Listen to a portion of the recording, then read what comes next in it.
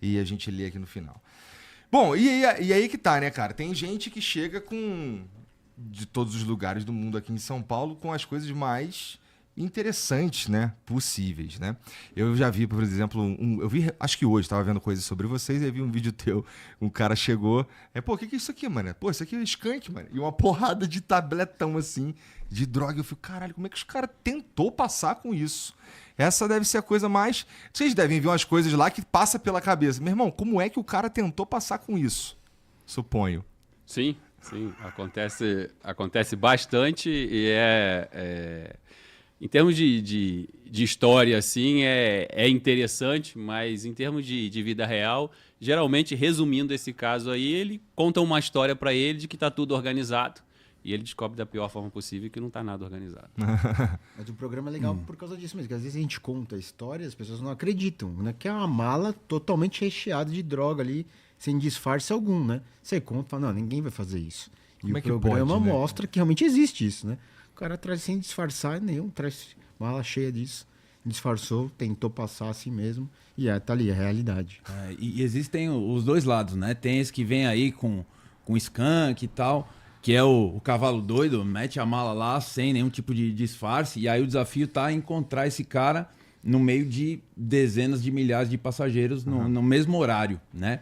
E tem o cara que trabalha com outras drogas que valem mais, e aí é uma maneira muito mais refinada do cara esconder, né? Põe na tampinha do perfume, põe na costura da calça. A gente já viu coisas inacreditáveis lá que a gente se surpreende, né? E continua se surpreendendo. Cada dia a gente vê o cara escondendo pouca quantidade, né? Mas de drogas, principalmente sintéticas, etc., que valem muito mais, de maneiras mais absurdas, né? A gente brinca... Botões de roupa, né? Botão de roupa. Botão de Caraca, roupa. A gente brinca, enquanto aqui a gente tá fazendo inteligência para ver como é que a gente vai achar os caras, né? Eles do outro lado lá também estão reunidos pensando, pô, como é que a gente vai esconder dessa vez? Onde é que ninguém vai achar, né? Então é esse jogo de gato e rato. Esse gato e rato aí, eterno e maluco e cada vez mais criativo, né?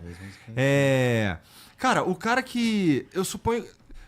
Putz, pra descobrir, por exemplo, que a droga tá no botão da camisa, você tem que ter uma suspeita muito forte daquele cara. Precisa dessa análise de risco, essa inteligência pra gente chegar nesse nível, né? Não é todo botão que a gente vai lá e toda roupa que a gente vê que a gente vai pegar no botão.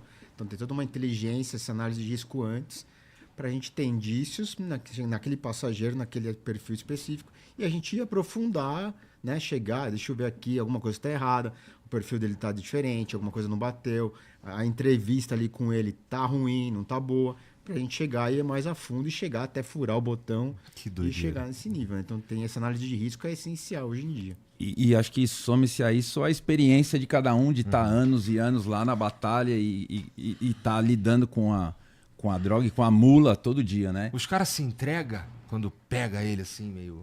Tem de tudo, Igor, tem de tudo. Tem o cara que é geladão também, entendeu? Que você pode ir no fundo que tá tudo tranquilo, né?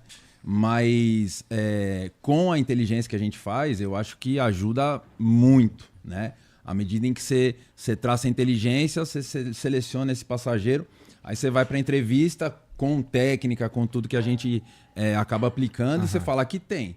Aonde tá, eu não sei. Se tá na mala, se tá no corpo, se ele engoliu, se tá no botão, não sei. Mas aqui tem. E vamos achar, né? Entendi. Então, tem esse ponto de partida, né? Mas assim, o trabalho principal de vocês é procurar droga? Não. Pois é. De forma nenhuma.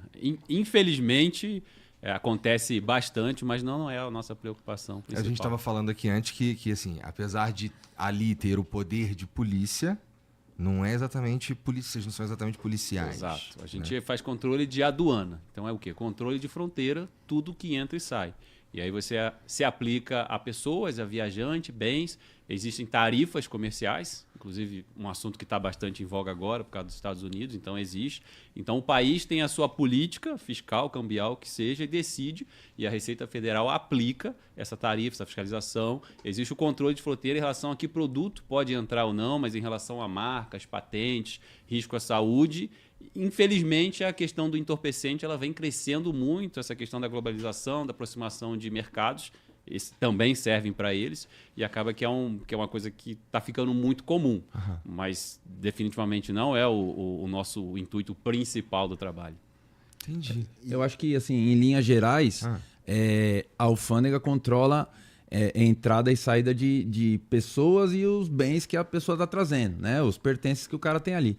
Então, ele está cruzando a fronteira, ele está chegando de um voo internacional, por exemplo, né? E a nossa competência está lá para vistoriar esse camarada. Se ele tem mercadoria, beleza. Se ele tem droga, beleza. A gente está lá e tá na mala, tá na nossa competência. Se ele está trazendo, sei lá, um animal, um negócio diferente, também está lá. O que tiver com o passageiro e os pertences dele, a gente vai estar lá para fiscalizar, né? E no nosso caso ali é o aeroporto, mas toda a fronteira terrestre do Brasil isso. é toda fiscalizada pela Receita também, né? Não são só os aeroportos em si. Tem toda a fronteira terrestre, a fronteira marítima também, cruzeiros de passageiro que hoje em dia está em alta também, é fiscalizado. Então não são só os aeroportos, né? No programa ali aparece mais essa parte de aeroporto, mas a fronteira terrestre, essa parte de cruzeiro, de navio de passageiro também é fiscalizada igualmente. Vocês já trabalharam fazendo a mesma coisa nesses outros pontos? Sim, já? Sim.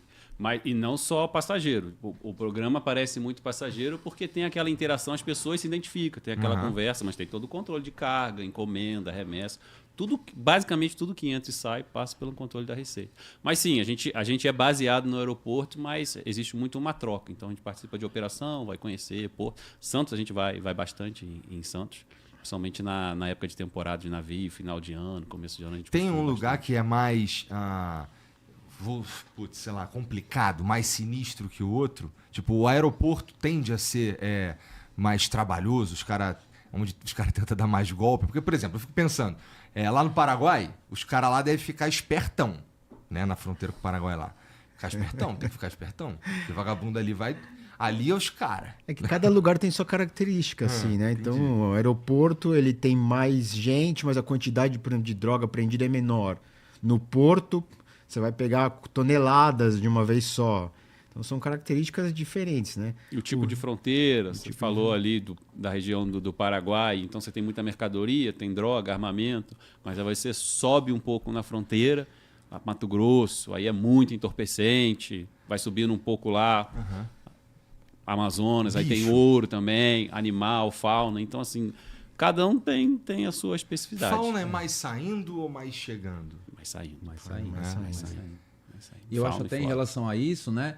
A fronteira terrestre, né? O que está entrando no país ali, o que a gente vê em relação à droga é uma droga de menor qualidade, né? Porque tá destinada principalmente ao consumo interno aqui, né?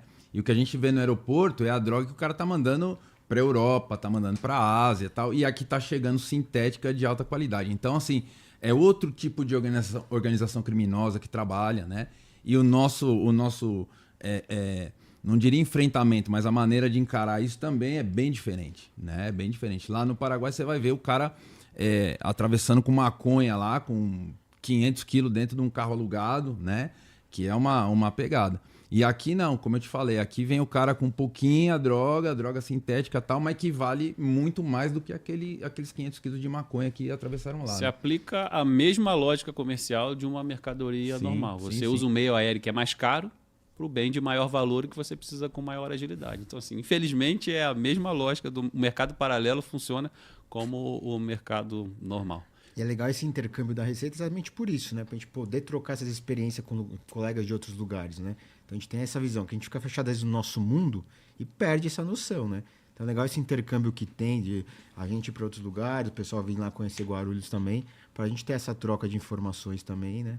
E ter essa mente aberta que tudo pode acontecer ali, né? A gente não ficar fechado só no nosso mundo. Né? Aquele mundão de gente passando lá, cara, toda hora. Putz, eu não sei se eu posso perguntar isso, mas assim, como é que para os caras? Porque tem os caras que entram, pô, não, tô com mais mercadoria do que eu devia estar, e o cara entra nessa fila aqui e vai. Declarando, você fala, né? A pessoa que declara. Mas tem os caras Perguntar, você pode tudo. Responder. Isso, tá bom. Aí, tá bom, eu vou perguntar e aí vocês se viram aí pra responder, eu vou entender quando não puder.